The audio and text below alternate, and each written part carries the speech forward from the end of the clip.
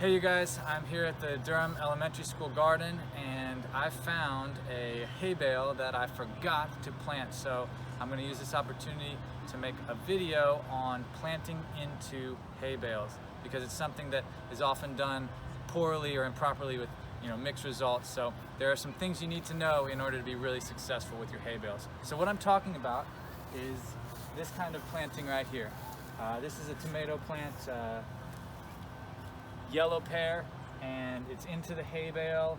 It hasn't been watered in a week since it's been established, and it's got a lot of good trellising. So if you want tomato cage ideas as well, that remesh is a really good one. But come on down and I'll show you the hay bale that we're going to plant into today. So this is the school garden, and it's obviously growing. It's got that messy energy, but it's totally full of life. There's a lot of really awesome things that are getting established and growing here. So I've tucked in these hay bales all throughout the garden, and I'm mainly planting in tomato plants. So you see another one over there.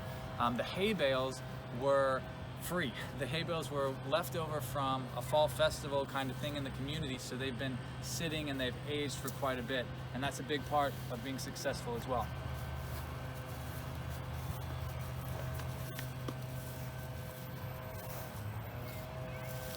So here's another one, but this is the one back here that we're going to be planting into. I don't know if you can even see it yet, but the biggest part of being really successful is getting your hay already breaking down. So pre-compost, pre-activating your hay bale. If you plant into a dry hay bale, it's not going to be very successful at all. It's going to take some time for that biologic decomposition process to take effect. So the best way to do that, to activate your hay, is to get it thoroughly soaked.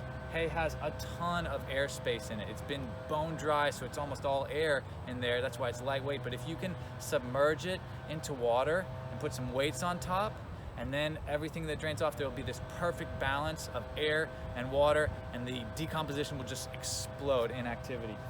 This one has just been set out and been rained on, and over time it's finally shifted to where it's acting more like compost and less like hay. But it can be faster too if you just spray it with a hose, but just realize it takes a lot to get that water to penetrate into the hay bale and not just run right through to really get the moisture in. So I recommend that you submerge the hay bale completely until it sinks, until it's pressed under the water for some time, and then let it dry out. So come on in and show you what we got, maybe, well, as close as you can. So, well, first off, I gotta get these cleavers out of the way. There's an asparagus plant here that I forgot about. Asparagus is pretty marginal in Houston, and so I'm just letting it do its thing, not expecting to get a yield out of it. And the tomato plant we're planting is San Marzano, which is like aroma, a paste tomato. This is a younger transplant than the one we saw, probably by about 2 weeks. So, the tools. Once you've got a hay bale that is starting to break down, that is starting to maybe discolor on the outside and is a little bit softening, then the best way to go at it, you either want to pull out your pocket with like a garden cultivator, you can kind of loosen up your spot, or my preferred method, the maul. You can bash in a little bit of a hole, or use a combination of the two, so you can do a little bit of both. But this is what's really ideal to plant into. So here you can see that it's gone from hydrophobic to hydrophilic. It's absorbing water into the tissue, and that's the stage when it's really going to explode with life and the plant's going to grow really well. So that's what you want. So pre-age your hay bales. Let me get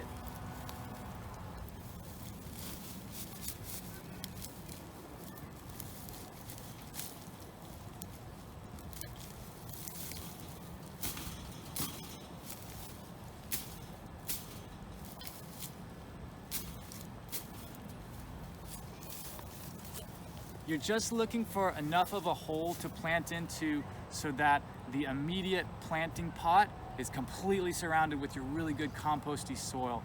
The compost, which is in here, which is a little bit dried out, but this is kind of going to be the activation tool and the thing that nurses the plant along in its first little bit.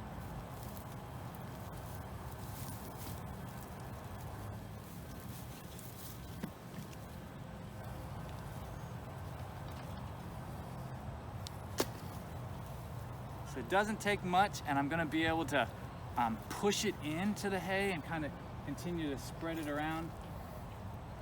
If you were trying to activate your hay bale, you could also spread compost, you know, along the top and water it into those cracks, because that could bring in some biology that might help.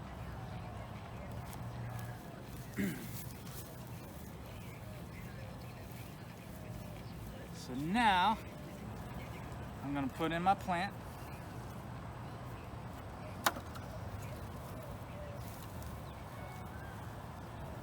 And I'm going to continue to use compost to fill in all along the edges. This is compost straight out of the chicken run, so it's not as clean as it could be, and there's like some particles in here that are less broken down, but in general it's fertile and it's got a lot of life in it. So I'm just making sure that there are no air gaps.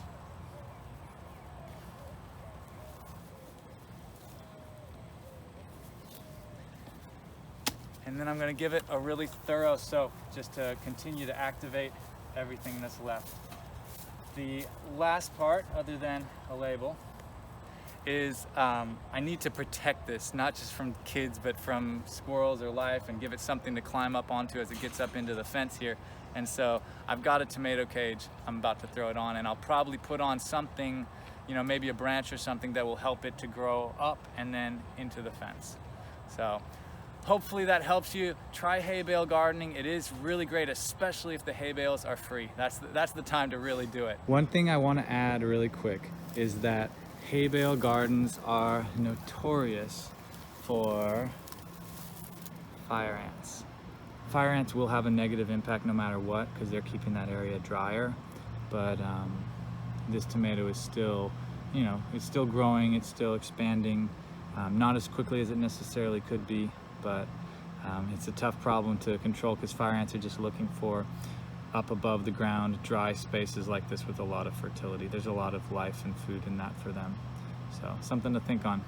So I hope you guys got something out of this video, and I'll catch y'all next time. Peace.